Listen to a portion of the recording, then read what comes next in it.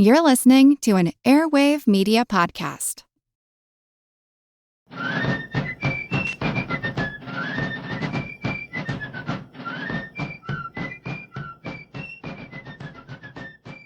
Hello, and thank you for joining the American Revolution. This week, episode 227, Fort Lawrence. Now, I know I mentioned last week I was going to cover the Penobscot expedition this week.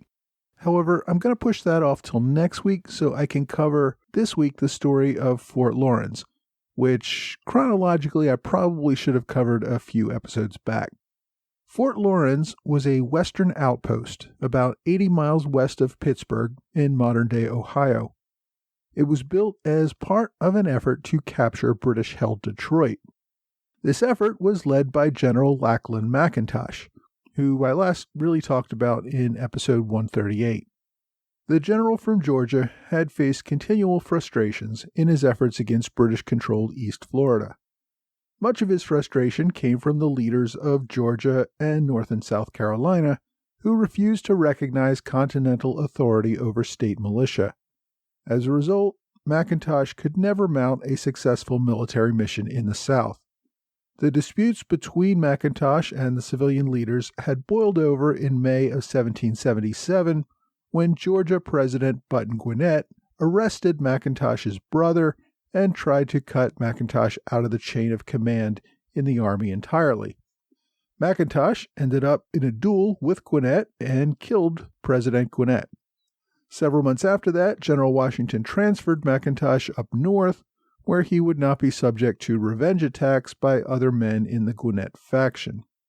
McIntosh spent the winter at Valley Forge with the rest of the army. Washington then gave him the independent command at Fort Pitt in Pittsburgh. Initially, his task was to launch an offensive against British-held Detroit, but that goal rather quickly morphed into a much less ambitious goal of simply trying to keep the Indian tribes in the Ohio Valley from rising up against the Americans. Much of the reason for that change came from an incident that happened before his arrival. In the months before McIntosh's arrival in Pittsburgh, the situation with the native tribes had taken a turn for the worse. At that time, Colonel Edward Hand had the command of the small frontier force at Fort Pitt. In an attempt to quell a possible native attack being organized by British Governor Henry Hamilton in Detroit, Colonel Hand organized a group of several hundred militia. Their goal was to take out a cache of weapons provided to the Seneca and Cayuga warriors for a spring campaign. Since Colonel Hand did not have very many Continentals at Fort Pitt, he had to raise a force of local militia. He wrote about his goals in a letter to Virginia Colonel William Crawford, who he hoped could help raise the soldiers for this campaign.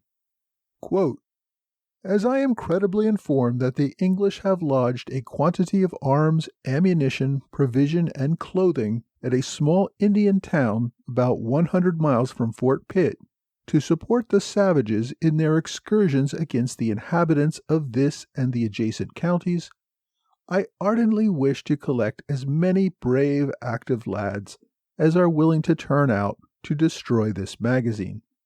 Every man must be provided with a horse and every article necessary to equip them for the expedition, except ammunition, which with some arms I can furnish." Colonel Hand's recruitment efforts raised about 500 Pennsylvania and Virginia militia from the region. He set out after the enemy's cache of arms with these men. Rain and melting snow had flooded most of the area's rivers and had turned much of the land into a swampy mush.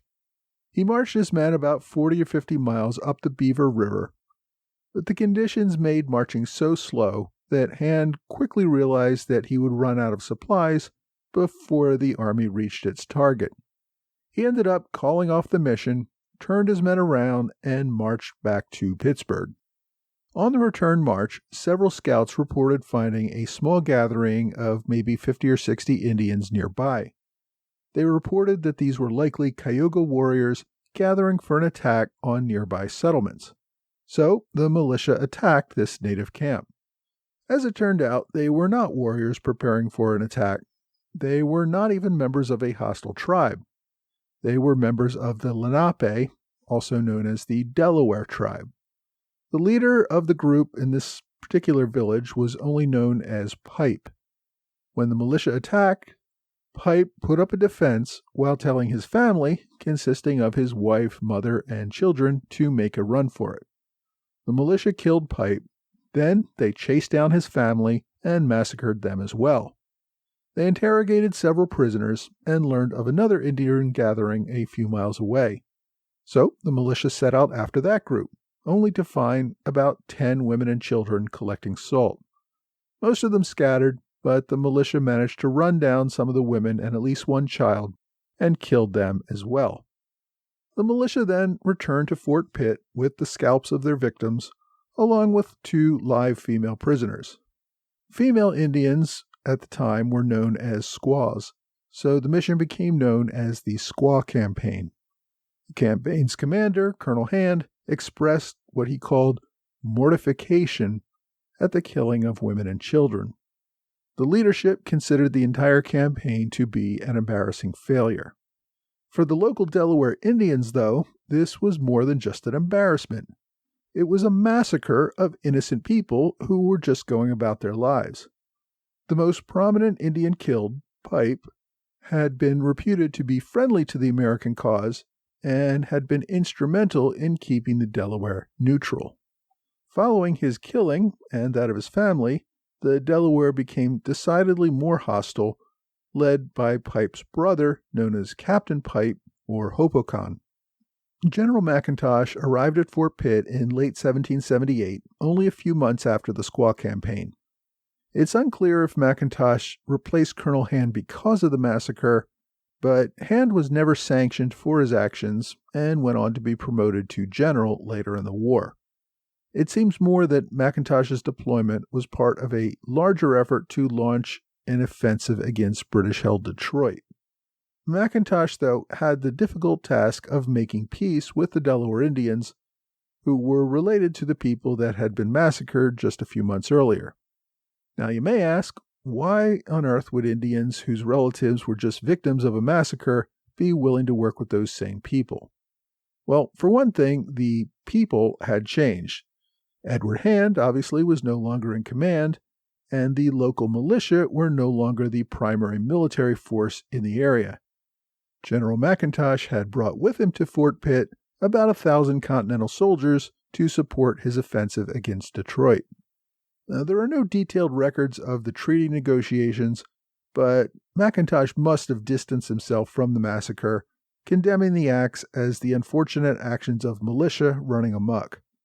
The Delaware Indians had largely sided with the Americans up until this point, not because they had a particular love for American independence, but because it appeared that the Americans were more powerful in the region and had a better chance of winning. And that really hadn't changed. In fact, it probably had gotten more so with the appearance of a large number of Continental troops at Fort Pitt. For the Indians, joining the losing side in this war would only mean that the tribes would lose their land and get pushed further west. By supporting the winning side, they had a chance of keeping their land and establishing an understanding with the new power that would control the region. So the decision to work with the Americans was probably more a matter of survival than one of ideology. As I said, up until this time, the Delaware had remained neutral. Traditionally, the Iroquois had negotiated treaties with the colonists on behalf of the Delaware, but the Iroquois Confederation was itself divided by this war and was no longer an effective body for diplomacy. The Delaware neutrality essentially meant that neither side would be permitted to enter their territory without being attacked. Since this area had not been particularly contentious as a piece of real estate, that policy had not really been challenged up until this point. But since General McIntosh was going to have to travel through Delaware land to get to Detroit, he needed to reach an arrangement with the local tribes. The native contingent that met with General McIntosh at Fort Pitt included 3 chiefs: White Eyes, John Kilbuck Jr., and Captain Pipe, the same man whose mother and brother had been killed and scalped in the Squaw Campaign. These chiefs wanted assurances that if they permitted the Continental Army to march through their lands on the way to Detroit, that the Army would protect the Delaware from any British reprisals, and that the Army would also provide some law enforcement to prevent settlers or militia from attacking the Indians again. The American negotiators agreed to these terms. They even discussed the idea of turning the Ohio Territory into a 14th state in the Union, with the Delaware being the leaders of that state. Of course, such a step would require the approval of the Continental Congress, but they were just putting it out there as a possibility. The result of the negotiations was the Treaty of Fort Pitt in September 1778, granting the Continental Army access to the Ohio Valley. Ironically, while the Delaware Indians made a deal with the same side that had just attacked and murdered their women and children, one of those attackers was moving in the other direction. A man by the name of Simon Girty had served as a scout and a translator on the Squaw campaign. Simon Girty is a pretty interesting character who deserves, I guess, a little background. Girty was born in 1741 on the Pennsylvania frontier in what is today central Pennsylvania. His father, who was also named Simon Girty, was a poor Irishman looking to establish his own farm.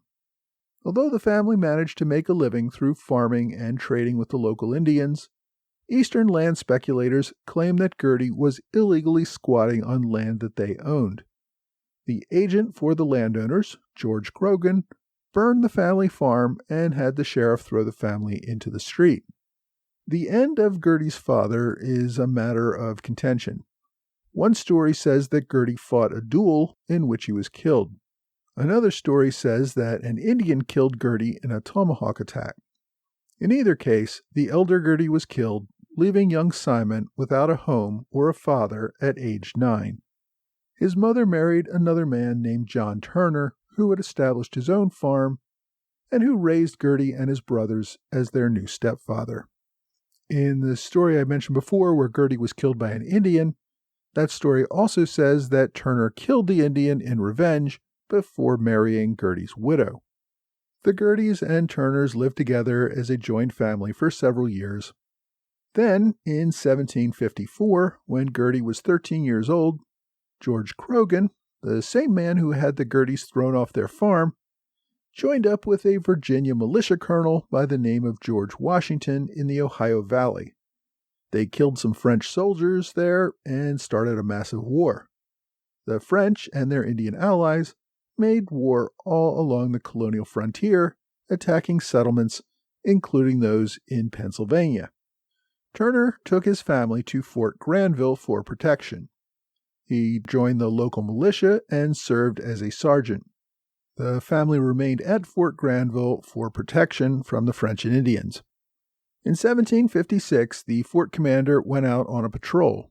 That patrol was ambushed and killed by a group of about 50 French soldiers and 100 Delaware Indians. That French and Indian force then demanded the surrender of Fort Granville. Sergeant Turner, then the most senior official at the fort, agreed to surrender and open the fort's doors to the attackers. The attackers then burned the fort and took the inhabitants as prisoners.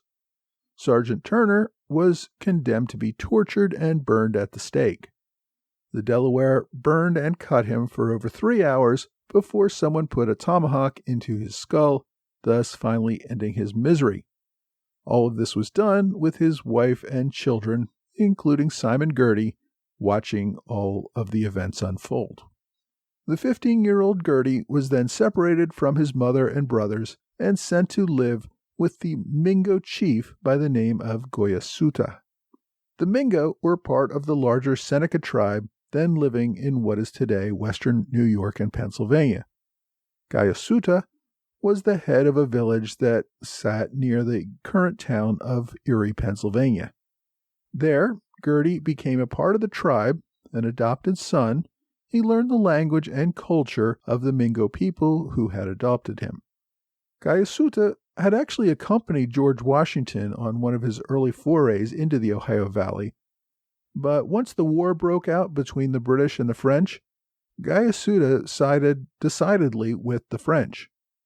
It's believed that Gayasuda's warriors played a role in attacking General Braddock's forces on the Monongahela, and that he also took part in the ambush of a British force led by General James Grant, who was part of the larger Forbes expedition that was trying to capture Fort Duquesne on the site of what became Pittsburgh. After the French gave up and left North America, Gayasuda continued his fight against the British, taking an active role in Pontiac's uprising. It's unclear if Simon Girty was an active warrior fighting personally under Gayasuda on these campaigns. He really didn't discuss it later in his life. However, being a young man in his 20s and an adopted member of the tribe, he very likely did participate as a warrior with the Mingo tribe. Following the end of Pontiac's rebellion, the British demanded the return of all British colonists who were held by the Indians. Girty had spent more than 7 years with the Mingo, but was returned to the British as part of this agreement. Girty's familiarity with both colonial and Seneca culture served him well. He found work as a translator at the negotiations for the Treaty of Fort Stanwix in 1768. Following the French and Indian War, Girty continued to live on the frontier in what was still official Indian territory and in defiance of the British Proclamation of 1763. He mostly made his life as a fur trader, but he was decidedly living with other colonists, not Indians. He was around men like George Rogers Clark, Daniel Boone, William Crawford, and Daniel Morgan. During Lord Dunmore's War, Girty served as a scout for the Virginians and received a commission as a lieutenant in the Virginia militia. Later, Girty served as a scout and a translator around Fort Pitt, and that is where he joined what became known as the Squaw Campaign. During that campaign, the massacre of women and children had a profound effect on Girty. Shortly after that campaign ended, he decided to leave the Fort Pitt area, and he traveled to Detroit, where he offered his services to the British. Meanwhile, back at Fort Pitt, General McIntosh, having completed his treaty with the Delaware, began to establish the Continental presence in the region. He first established Fort McIntosh about 20 miles down the Ohio River, northwest of Fort Pitt. Then, in late 1778, McIntosh built Fort Lawrence, named after then President of Congress Henry Lawrence. The fort was about 80 miles west of Fort Pitt in present-day Ohio. By December, the log fort was completed enough for winter quarters. Because of the difficulties in getting supplies to the fort, McIntosh took the bulk of his army back to Fort Pitt and left them there for the winter. He left Continental Colonel John Gibson commanding a garrison at Fort Lawrence of less than 200 men. McIntosh realized over the winter that marching a large force through hundreds of miles of wilderness was going to be difficult, to say the least. He needed more than safe passage from the local Indians. He was going to need their active support on the campaign. McIntosh reached out to the chiefs among the Delaware to join him on the campaign against Detroit, and if they didn't, he threatened them with the possible loss of land. If the tribes complained that this was not part of the deal in their treaty, I think McIntosh's response was something like, "I am altering the deal. Pray I don't alter it any further." With that, the local tribes decided that maybe the arrangement with the Americans wasn't going to work out like they hoped, and they became much more disposed to favoring the British. Their best bet may have been to wipe out the garrison at Fort Lawrence. Now, Fort Lawrence, as I said, was complete by this time. It had tall timber walls over 15 feet high and 6 inches thick. It would be impossible to take the fort without some artillery. The local Indians, however, began to attack any foraging parties that left the fort and any supply wagons attempting to reach it. In January of 1779, Simon Girty returned to the area to help coordinate these attacks. After hitting several supply wagons, Girty returned to Detroit for more reinforcements, and on February 22nd, he returned with enough men to begin a full siege of the fort. The siege began when the garrison, unaware of the enemy in the area, sent out a work detail of 19 men to collect firewood. The Loyalists and Indian force ambushed the work detail, then executed and scalped all of the men in view of the fort walls. Over the next month, the garrison began to freeze and starve as they could not collect wood or food. Back at Fort Pitt, McIntosh got word of the attack and assembled a force of 500 soldiers to relieve the fort and wipe out the attackers. The relief force arrived on March 22nd. On seeing their arrival, the fort garrison fired their guns in celebration. Unfortunately, the gunfire managed to spook the horses that were carrying the supplies, causing them to run off into the woods just as it was getting dark. As a result, the relief column lost most of its own food supplies. Without sufficient food, McIntosh thought that he could not continue the winter campaign against a foe who would simply hide in the woods and ambush at will. McIntosh opted to return to Fort Pitt, leaving a new garrison of just over 100 men, along with sufficient supplies for the next few months so they wouldn't have to leave the fort. The Indians kept up their attacks on anyone trying to leave or approach the fort for the rest of the winter. At the same time, larger events were favoring the Americans. Over that winter, George Rogers Clark asserted American control of the Kentucky and Illinois territories, and even captured British Governor Henry Hamilton, who had left his headquarters at Detroit. In New York, the Americans were going about the beginnings of the Sullivan Campaign, which I will discuss in a few weeks, which would cripple the pro-British Iroquois as a major threat. By the summer of 1779, McIntosh requested to be transferred back south to take part in the fight to recapture Georgia from British occupation. Colonel Daniel Brodhead took command of the forces at Fort Pitt. Brodhead decided that Fort Lawrence was only a liability. He again took a large column out to Fort Lawrence to relieve the garrison there, and then return with all of his men and the garrison back to Fort Pitt. So by August, the Continentals had finally completely abandoned Fort Lawrence and had returned all of their forces back to Fort Pitt. On their return journey, they suffered several Indian attacks, as the Indians had not given up, reminding them that they were not welcome in the Ohio Territory. That final retreat marked the end of Fort Lawrence. Now, Simon Girty and several of his companions were labeled as traitors by the Americans and actually had rewards put on their heads for their capture. Girty would continue to fight for the British for the remainder of the war. In October of 1779, he led a raid into what is today Kentucky. There, he ambushed a group of Continental soldiers under the command of Colonel David Rogers, killing or capturing almost the entire 70-man unit. While the Americans would make minor forays into what is today Ohio, Fort Lawrence turned out to be the only attempt to create a permanent presence in that region. The area would remain under the control of the British-allied Delaware Indians through the end of the war. Next week, we're going to return to the coast of Maine, where the Americans launched what became known as the Penobscot Expedition.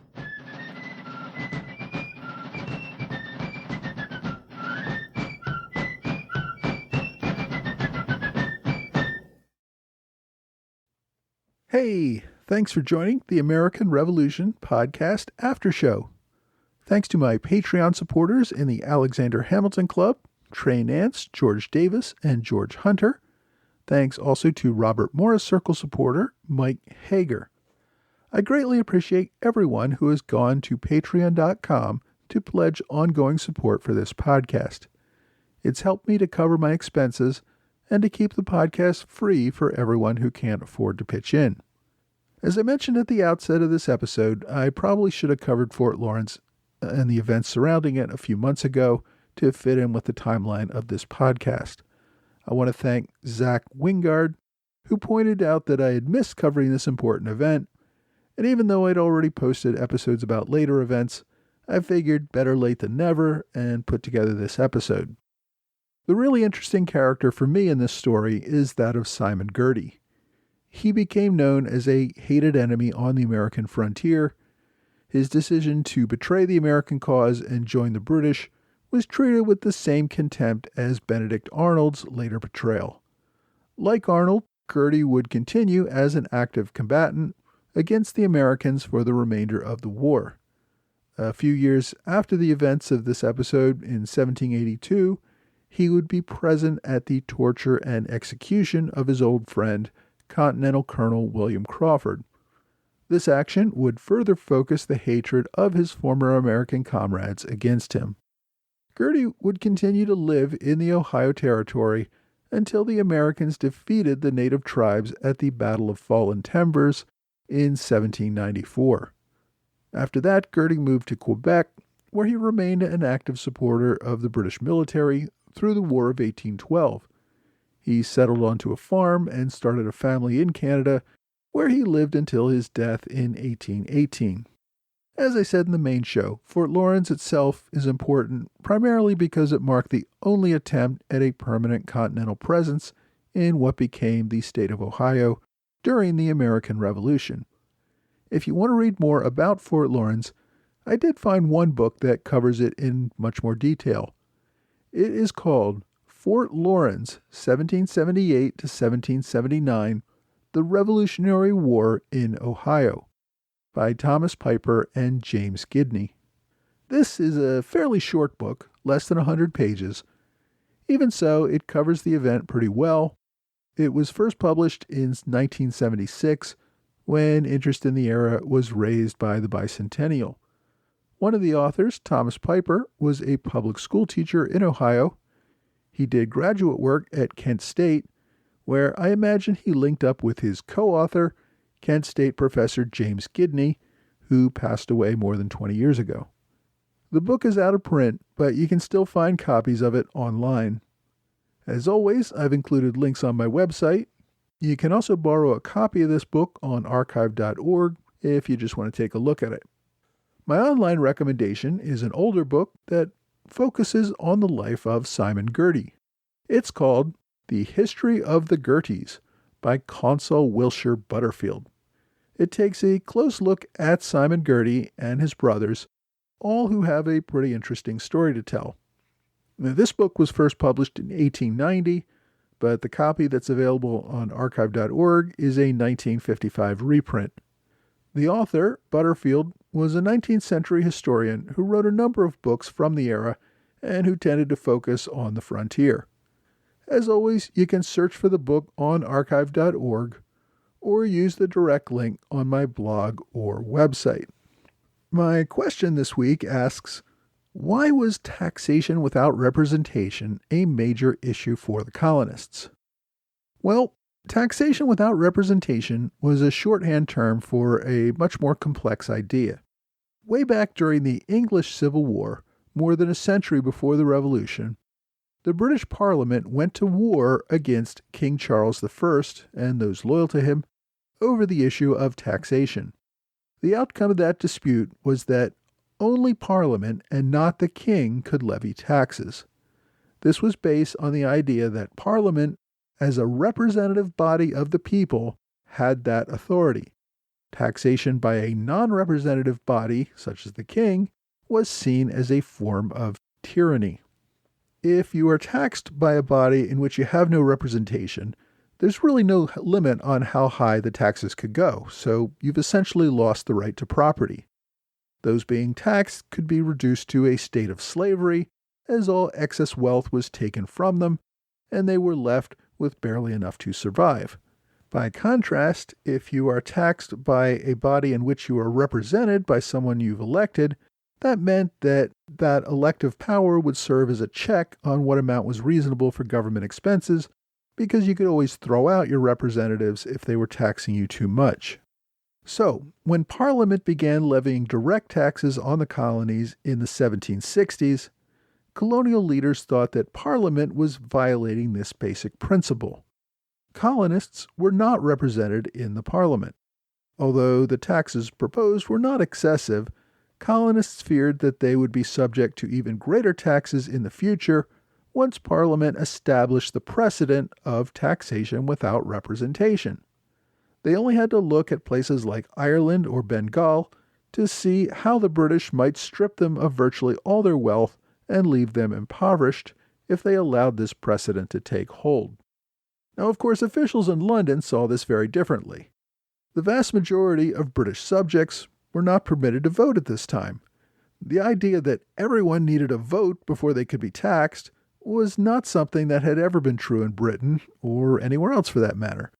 British officials argued that the colonies were virtually represented, since members of Parliament would represent the interests of everyone, just like they represented the interests of Englishmen in England who could not vote themselves.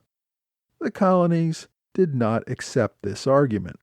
In fact, after the tax process really became a problem for British officials, there were some back-channel discussions that floated the idea to colonial leaders that maybe they could get some nominal representation in Parliament. But colonial leaders made clear that that was not going to resolve the issue. Colonial leaders did not want representation in the British Parliament. Nominal representation in that body would not protect them from excessive taxation, since they would never hold a majority of the seats in Parliament. Colonies would always be taxed differently than the subjects in Britain, so a minority number of seats would accomplish nothing. Instead, colonial leaders were pushing for the idea that the power of taxation should belong exclusively to their own colonial legislatures, under the overall authority of the king, of course, but not by Parliament. Parliament taxed Britain, while colonial legislatures taxed their own colonies. Traditionally, Parliament had not levied taxes on the colonies. Yeah, there were a few import tariffs, but even those were not really enforced.